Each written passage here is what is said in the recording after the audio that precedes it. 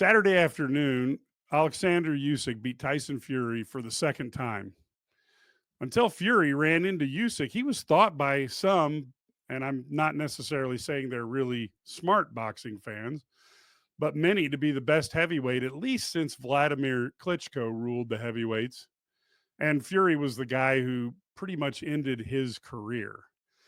But despite losing to Usyk a second time, I felt that Fury fought what may have been one of his very best fights. And Usyk said that the second fight was even easier when compared to the first time he beat Fury. Usyk was able to outwork, outpunch, and outland the larger man. Fury weighed in at 281 pounds to Usyk's 226 pounds. But Usyk's precision and boxing skills put him out of the reach of most of this generation's heavyweight fighters, and Fury is no exception. It seems to me that the best way to get after Usyk is to go straight at him with intensity and power, yet that approach really opens him up to use his foot and hand speed along with his boxing technique. To date, no one has been able to defeat him. He's ruled the cruiserweight division, and now he's clearing out the heavyweight division. One really only needs to look back as far as Evander Holyfield to see parallels. You could even say that the cruiserweight division might be a little bit tougher in Usyk's era, while the heavyweight era of Holyfield, in my opinion, was clearly better than today's heavyweights. For me, it's still too early to tell where Usyk fits in with the all-time greats, both in the heavyweight division and pound for pound all time.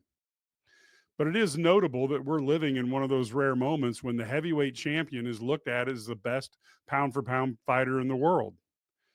It's not often that that happens, but to me, that judgment moves Usyk into the generational fighter category at least. Now, for certain, I'm going to have more thoughts on Usyk as his career progresses. But right now, he's a fighter that I would love to see square off against the great heavyweights of the past. Matches against Holyfield, Klitschko, Lennox Lewis, and Mike Tyson are enticing to ponder. Usyk is certainly in the weight class of what was normal past heavyweights, and he's also dispatched the giants of this era as well. He's done impressive work, and he always fights on the road, and he has massive success while dealing with the stress of having his country be at war with Russia. This man's accomplishments are considerable, and he's a pleasure to watch as the heavyweight champion of the world. And make no mistake, in an era when titles are handed to others without fighting, despite having titles stripped away from him, Usyk is the unified champion. He owned all the belts, and no one has been able to take them from him. Until someone does that, to me, Usyk is the man. Now, I'd like to discuss this with someone who actually really knows about boxing and writes about it. And we have Matthew Aguilar, who is a writer for AP Sports, USA Today Sports, and Ringside Seat Magazine, along with FightsATW.com.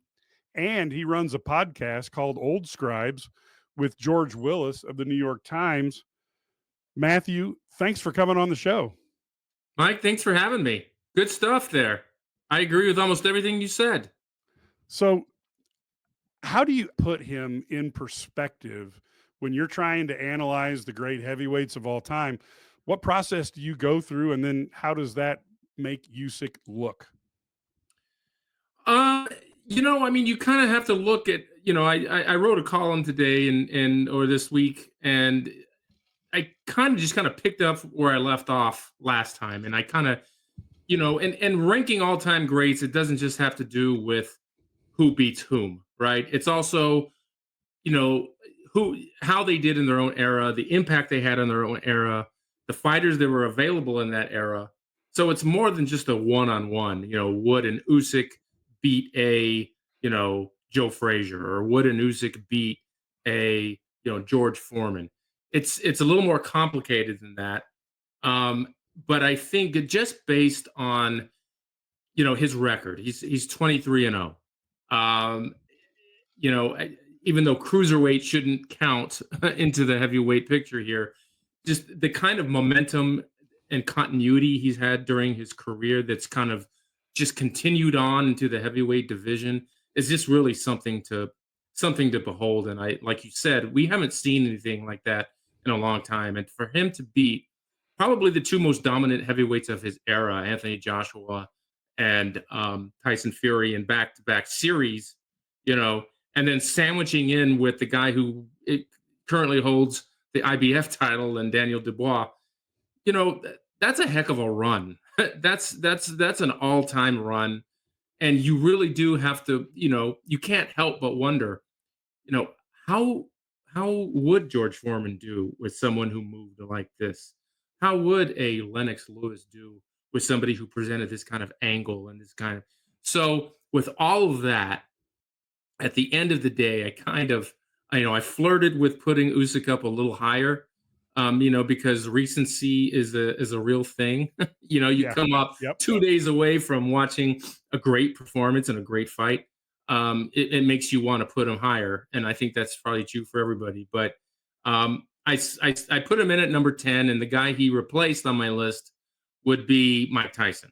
Um, and I just feel like because of consistency, even though Tyson was very consistent over 4 years, and just the quality of his wins and kind of the meaning, the amount of meaning that these fights carried worldwide.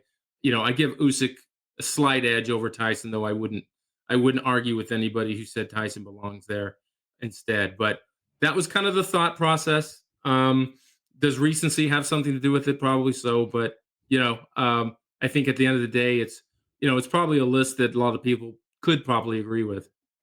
Yeah, and just to give fans an idea, you can go to oldscribes.beehiiv.com, and there you can see what he has to say. But I saw Alexander Usyk was number 10, Holyfield was number 9, Jack Johnson was 8, Dempsey was 7, Marciano 6, Foreman 5, Lennox Lewis, who I think is frightfully underrated, number 4 by a lot of people. Larry Holmes, another guy who just doesn't get the respect, at number 3. Joe Louis at number 2, and Muhammad Ali at number 1. Now, I'm going to ask you a question, going to get off the Usyk subject for a second, just because I'm me.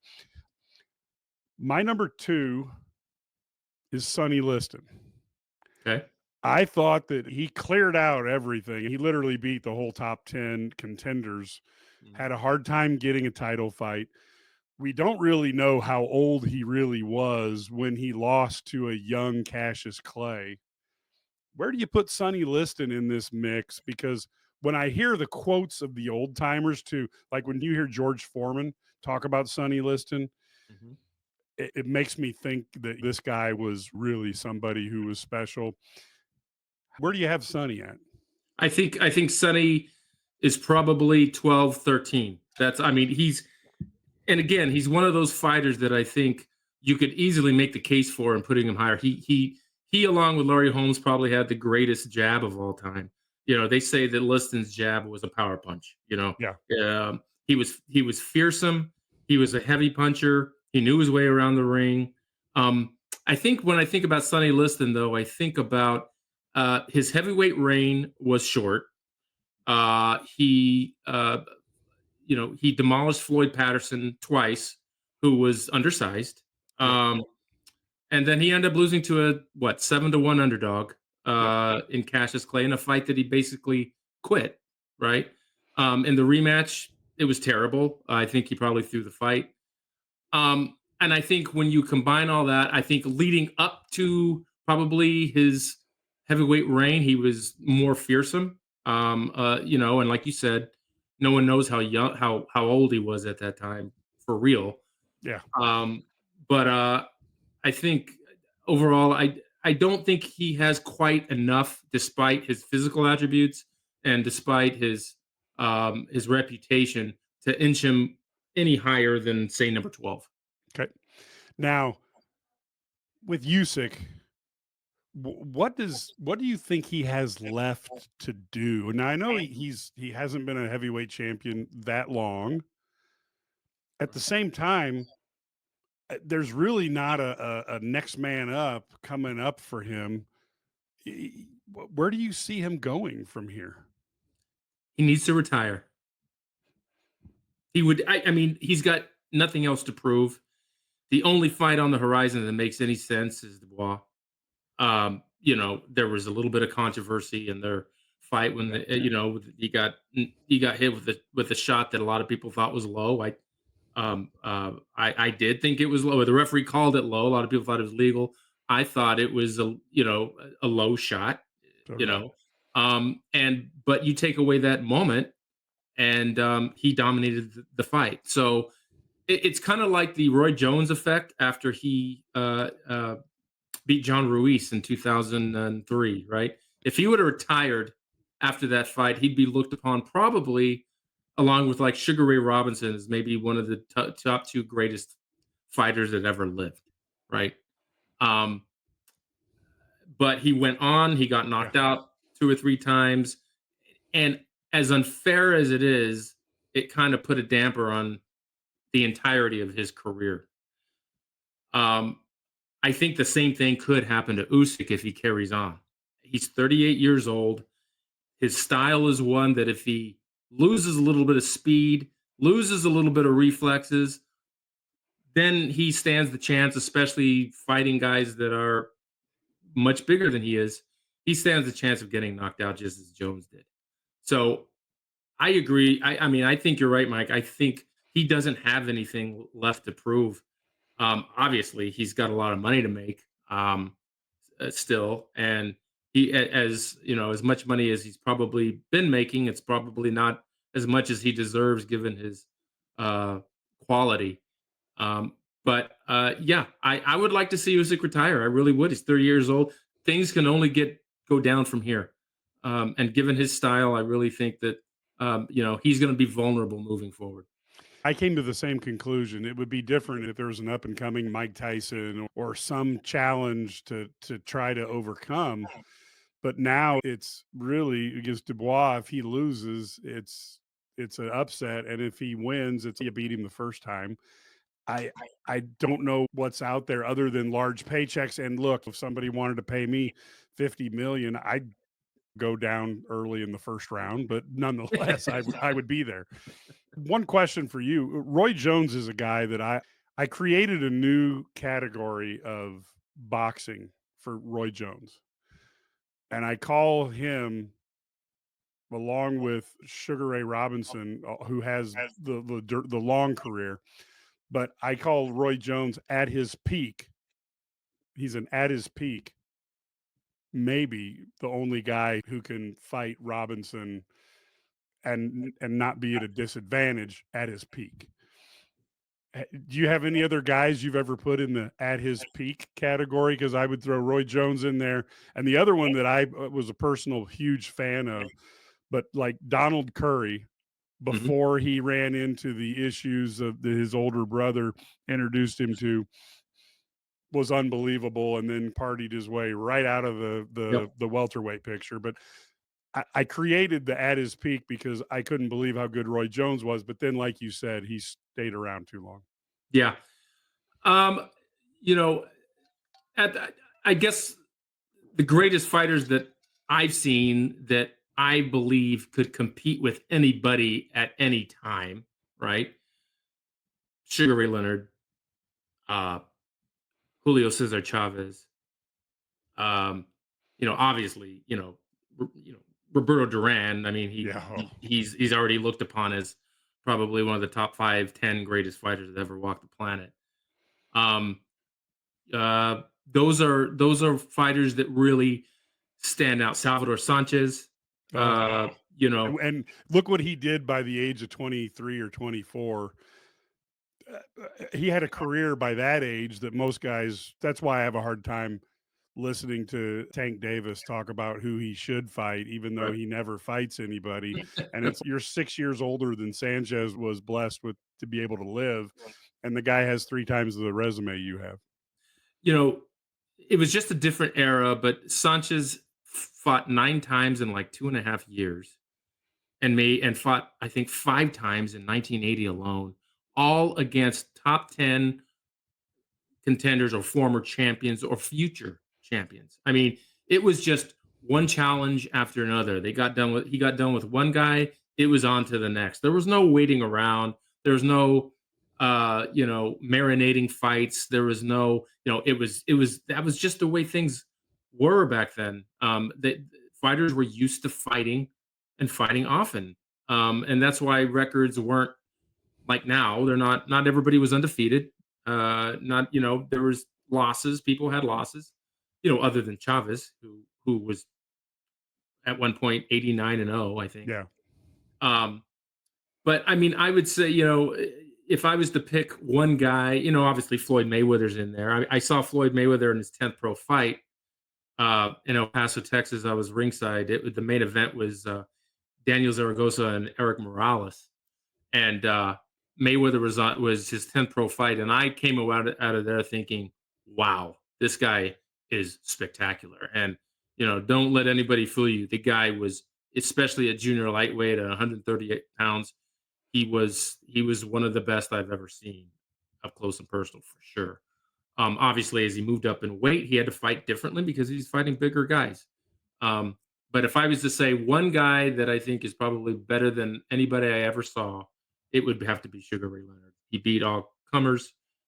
He beat the best of what I think is probably the greatest welterweight era, Yes. maybe ever, and probably beat the greatest middleweight of all time. Even though that middleweight was beyond his best, but still, it was Leonard was unbelievable fighter and a guy who could hang with anybody in history for sure. Now I'm going to hijack you on one question. And folks, I've not talked to Matt about any of these, so he's having to field these things just from left field. But I look at, I look especially at that welterweight era. And while Money Mayweather at lightweight, I think was phenomenal. Mhm. I think if he's in the 80s, I don't think he could beat Sugar Ray. I don't think he could beat Tommy Hearns at all. I think he could frustrate Duran, but I'm not certain he could beat Duran. And I'm not even certain he had the power to beat a guy like Curry. And even one of the guys, I think it might be the most frustrating fight in the history of all time, but I would have almost been just to see these two guys fight would be to see Benitez versus him because it would be the ultimate battle of guys who never put themselves in positions to get hit very good. What do you think about my assessment of the welterweight Mayweather against some of the 80s icons? You're absolutely right because that was the greatest era in welterweight history. I mean, it just was. I mean, Wilfred Benitez, who didn't even make you know uh, the four best fighters of the era, of that era. He didn't even make it. He is the youngest world champion in boxing history at age 17.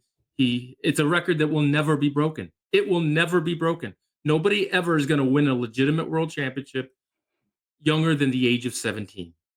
Um, Wilfred Benitez was an amateur Puerto Rican champion at like age 12. National. I mean, he was unbelievable. And um, so, yeah, I think in terms of Mayweather competing in that era, he sure wouldn't be undefeated. He Yeah. would be undersized. A match with Hearns would never make any sense because he's just too small. Hearns would destroy him. We know what Hearns did to smaller, shorter fighters. Um, I mean, that wouldn't make sense. He would match up better with a Leonard. He would match up better with a Benitez. He would match up better with a Pepino Cuevas or a Carlos Palomino. But wow, he should, every one of those fights would be tough. I bring up Pepino Cuevas only because you know Jose Luis Castillo, I think, gave Mayweather his only loss.